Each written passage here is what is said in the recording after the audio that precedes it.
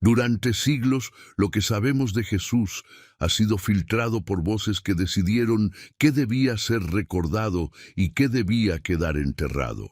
Millones de personas crecieron creyendo en una historia perfecta, lineal, inquebrantable. Pero detrás de esa versión oficial existen fragmentos ocultos, textos borrados, evangelios prohibidos y rumores que el tiempo nunca logró apagar del todo. Y entre esos rumores, uno de los más inquietantes y polémicos es el de su matrimonio. ¿Pudo Jesús haber amado en secreto? ¿Pudo haber compartido su vida terrenal con una compañera de carne y hueso? No hablamos aquí de simple curiosidad, sino de una verdad que, de confirmarse, cambiaría por completo la manera en que entendemos la fe, el poder de la Iglesia y hasta el sentido mismo de la espiritualidad. Lo que hoy estás por escuchar no es invención moderna, tampoco es capricho de teorías sin sustento.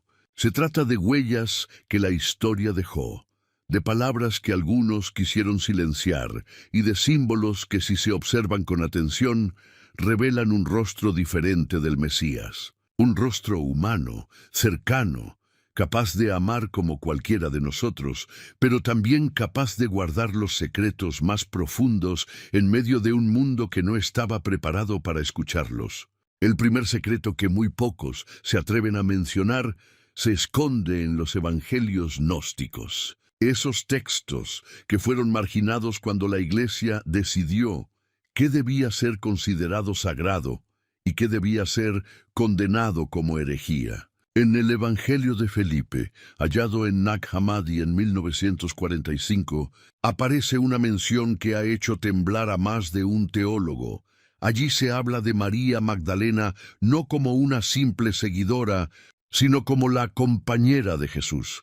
El término original, en griego copto, puede traducirse también como esposa. El texto describe un vínculo íntimo, personal, y relata que Jesús la amaba más que a los demás discípulos, al punto de besarla en la boca. Aquellos que han estudiado estos documentos saben que no se trata de un pasaje aislado ni de una frase perdida, sino de un patrón en el que María Magdalena ocupa un lugar privilegiado, muy distinto al que la historia oficial quiso reducirla, de prostituta arrepentida a símbolo de redención, cuando en realidad pudo haber sido el gran amor del Maestro. El secreto, entonces, no está solo en si se casaron, sino en el hecho de que la Iglesia ocultó deliberadamente cualquier rastro de esa unión. Porque admitir que Jesús fue esposo habría significado aceptar que la divinidad también se expresa a través del amor humano, y eso habría derrumbado siglos de control espiritual basado en la renuncia, la pureza forzada y el celibato impuesto. El segundo secreto surge de una pregunta sencilla pero devastadora. Si Jesús vivió como judío en el siglo I, ¿cómo pudo escapar de la costumbre de casarse? En aquel tiempo, en la tradición hebrea, todo hombre era prácticamente obligado a tomar esposa, sobre todo si se consideraba maestro, rabino o guía espiritual. El matrimonio no era una opción, era un deber. Un rabino soltero habría sido visto con sospecha, incluso con desprecio. Y sin embargo, los evangelios canónicos guardan silencio absoluto sobre el tema. El vacío es tan elocuente como una confesión. ¿Por qué callar algo tan fundamental en la vida de cualquier hombre judío? La ausencia de información no siempre significa que no existió, sino que hubo una intención consciente de borrarlo.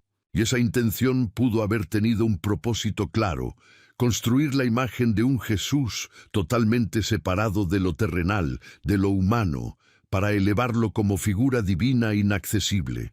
Pero si reconocemos la posibilidad de que se casó, comprendemos otra dimensión, la del Dios que no teme experimentar el amor humano, la cercanía, la intimidad. Un Dios que no se avergüenza de lo que somos, sino que lo abraza por completo. El tercer secreto se esconde en los símbolos que aún permanecen visibles para quienes saben mirar. Las representaciones antiguas de la Última Cena, los frescos medievales, las obras de arte que supuestamente ilustran la vida de Jesús, a veces parecen incluir a una figura femenina demasiado destacada junto a él. María Magdalena aparece con una cercanía sospechosa, casi como una esposa sentada al lado del esposo en un banquete.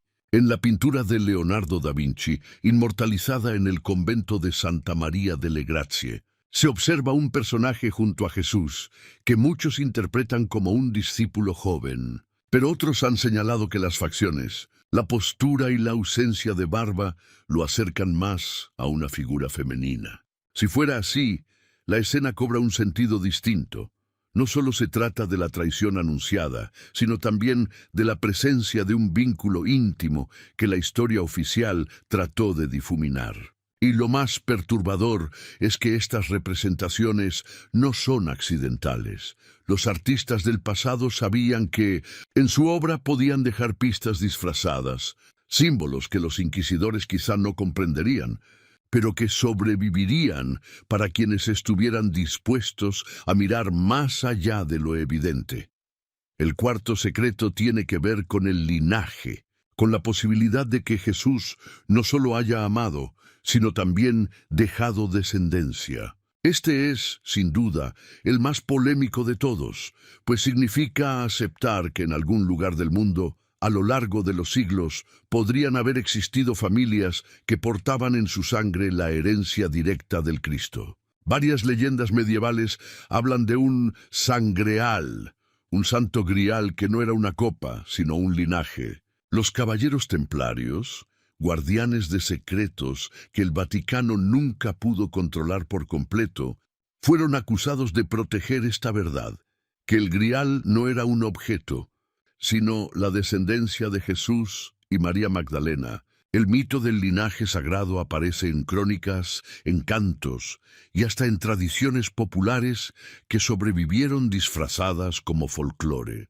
Aceptar esta posibilidad es aceptar que la historia de Jesús no terminó en la cruz, sino que se prolongó en la carne y la sangre de quienes vinieron después. Y eso, para el poder religioso, resultaba inaceptable, porque significaba que la divinidad no estaba encerrada en los muros de la iglesia, sino dispersa en la humanidad, imposible de controlar. Estos cuatro secretos forman una red de silencios, omisiones y símbolos que apuntan hacia una misma dirección.